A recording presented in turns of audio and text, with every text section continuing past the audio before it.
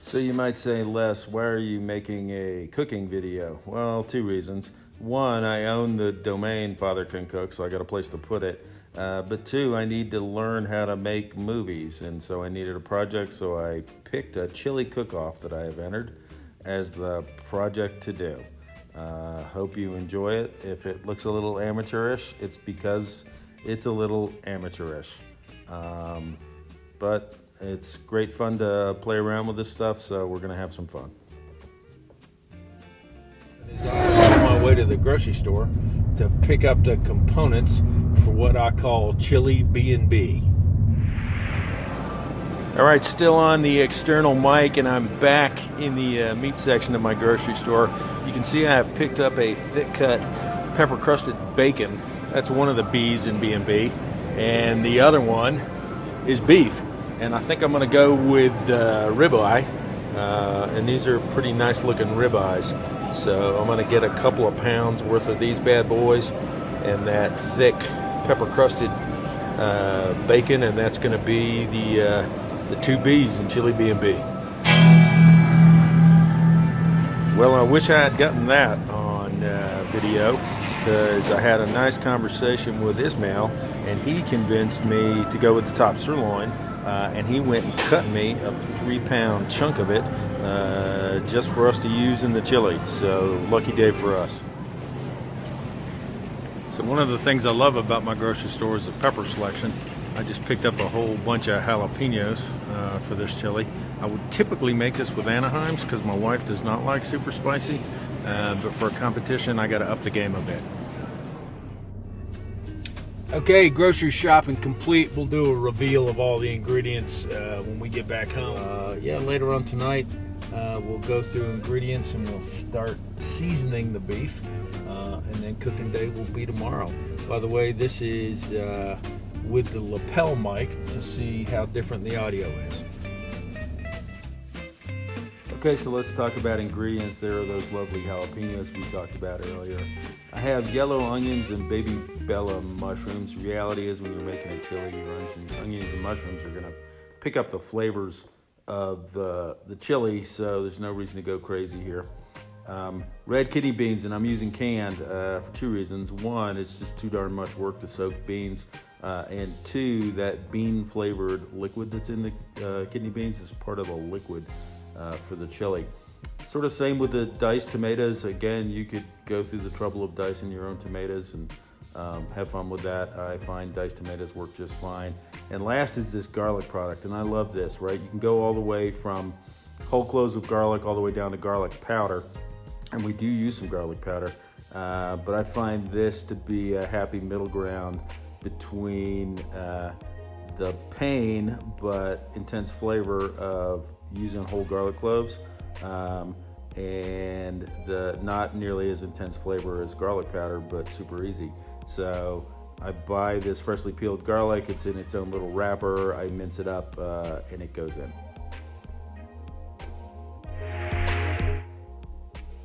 All right, let's talk about seasonings. First, we'll talk about ratios. It's basically a 3-to-1 ratio of chili powder, which is the dominant seasoning in a chili, obviously, to the other things you're gonna put in here. So in this case, I'm using a teaspoon of the others and a tablespoon of the chili powder. We'll work top to bottom. We've got onion powder, paprika, coming down. You see oregano in the middle. That's plain old dried oregano from the pantry, and I find that works just fine. Cumin, cayenne pepper, and garlic powder. And then I use ground black pepper out of my pepper grinder as opposed to the canned stuff. Flavors a little better. So there's your seasoning. We're actually going to dry rub the meat with this. So it's the night before chili making, and we've got to cut this 3 pounds of top sirloin into about 1 centimeter cubes. We'll put that in a steel bowl, and then we'll add the seasoning to that.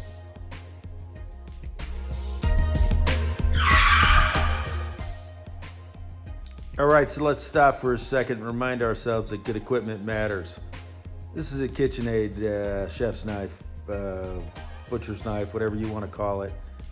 It's a pretty decent piece of equipment. It's not super expensive the way some chef knives are, but it holds a blade, and I find if I run it through this little honing device, every time I use it, it's basically straightening the metal, and it makes doing the things that I'm gonna do way easier. All right, one of Les's rules for making chili is always to use mushrooms. They give a meaty texture, they take on the flavor of the chili. So we're chopping mushrooms here. We're gonna put them in a different container than the other vegetables because they cook at different rates, and so we wanna cook them in different times. So we're gonna load up our mushrooms and move on to the other veggies, which we're gonna keep all together.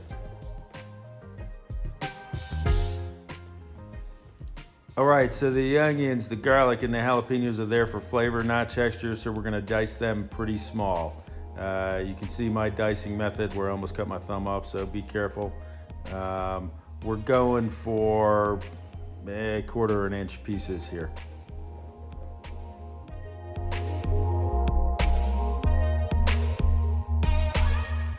Love this garlic product. You just cut open this little vacuum sealed bag, you get all your whole cloves without having to peel them. Give them a rough cut so you got something to work with, and then use the rocking motion of the knife to go ahead and get a nice fine mince on it. Again, we're going for flavor, not texture here, so you want this minced up pretty fine.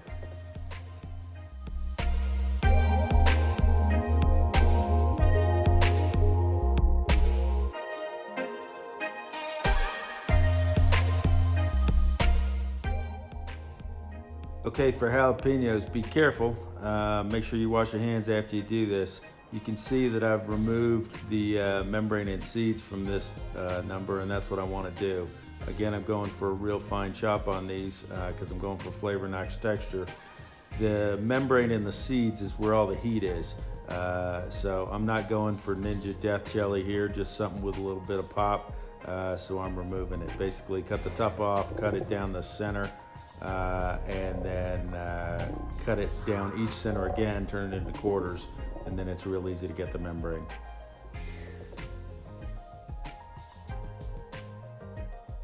Okay, prepare the bacon and it'll be time to cook. So this bacon's pretty wide, so I cut it down lengthwise half, and then I'm dicing it into about 1/4 inch dices. Remember, this is a cured meat, so there's gonna be a lot of flavor here. This happens to be smoked as well, so it's pepper crusted and smoked. Ton of flavor gonna be here, and this is gonna be the first thing we cook. All right, time to cook bacon, and soft versus crispy is not what we're going for here. What we're going for is rendering enough of the bacon fat that we can start cooking other things in it. So we're gonna be more on the crispy side so that we're rendering bacon fat and able to use it. Next thing in, after we remove the bacon, is that meat that's been sitting in that dry rub overnight. And this is where all the flavor of the chili's coming from, right? These are all the seasonings right here on this meat. We're browning this. We're going for sort of like a medium rare, I guess would be a good way to think of it, right? All the outsides are brown, the insides are warm. It's gonna cook in the chili. But this is, most of the flavor for the chili is coming from right here.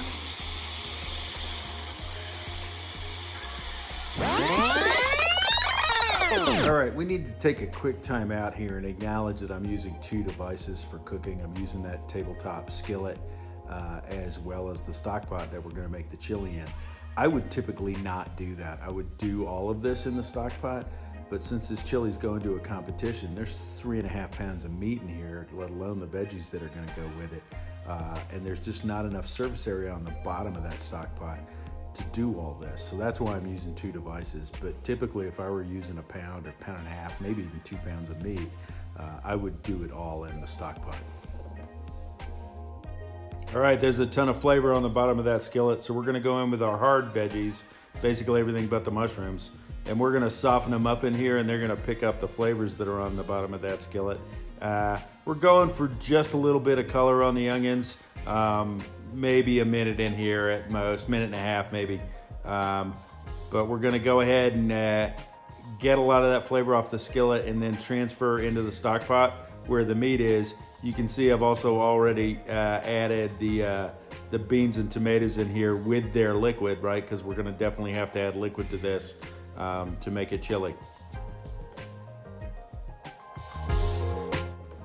Okay, last guys in the pool are the mushrooms. I actually hit them with a little bit of kosher salt, helps them release their liquid. Once they've colored up just a little bit, I want to deglaze the rest of this thing. So I'm going to use a European style lager. You probably recognize the bottle. Maybe about a third of the bottle is going in here to the skillet to finish deglazing the skillet, as well as add a little bit of flavor to the mushrooms.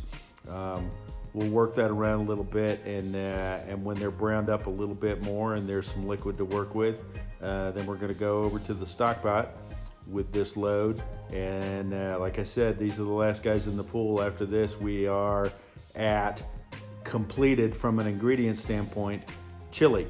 All that's left now is time.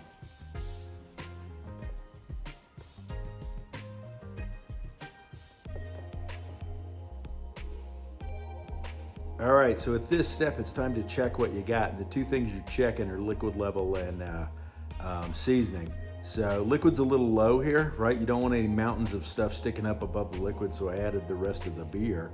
And that's got the liquid level about where I want it. The other thing I'm not super happy about is the tomatoiness. So I grab a can of tomato sauce and we're gonna put that in there. That's also gonna bring the liquid level up just a tiny bit. And then the last thing we're looking for is gonna be flavor after this sauce goes in. Remember, we used all of the seasoning on that meat, and then that's what brought it in. So go in, do a taste of this liquid once it's been mixed up a bit. And if you feel like you need some more flavor, you can add one or all of those ingredients that were in what went into that dry rub. But I was pretty happy with this. So now it really is just time. So let's talk just for a second about time. In a half an hour, this will be edible. In an hour, it'll be really good. And in 4 hours, it'll be amazing. So what I did for this chili was kept it on low for 4 hours and then turned the heat off and let it sit there in the warm pot on the warm burner for another couple of hours. And really, I recommend that for any chili. Time is your friend. All right, at Old 21 Brewing for the chili cook-off. Looks like about a dozen pots out there. We'll go take a look at it.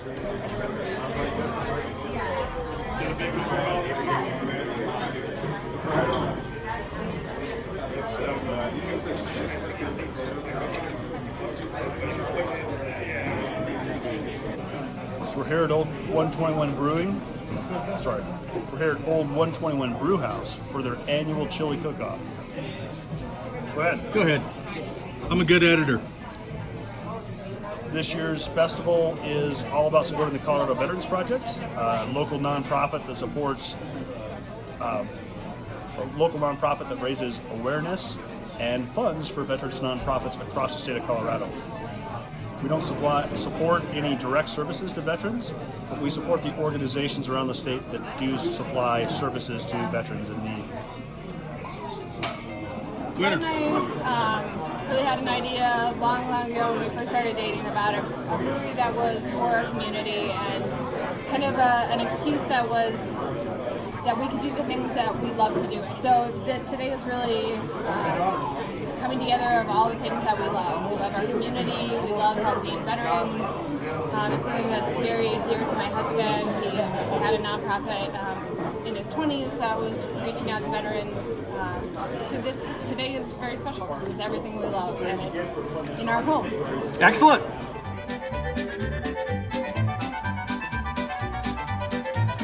So for best green, Dan Hernandez.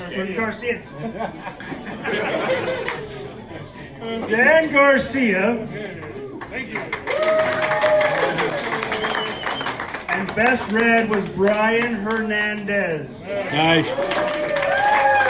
If you hear a theme here, I don't know. Maybe mom growing up was cooking some good stuff. All right. Well done, gentlemen. Thank you very much. And then we have one more award, and that goes to Les Makepeace for the bragging rights and best overall chili.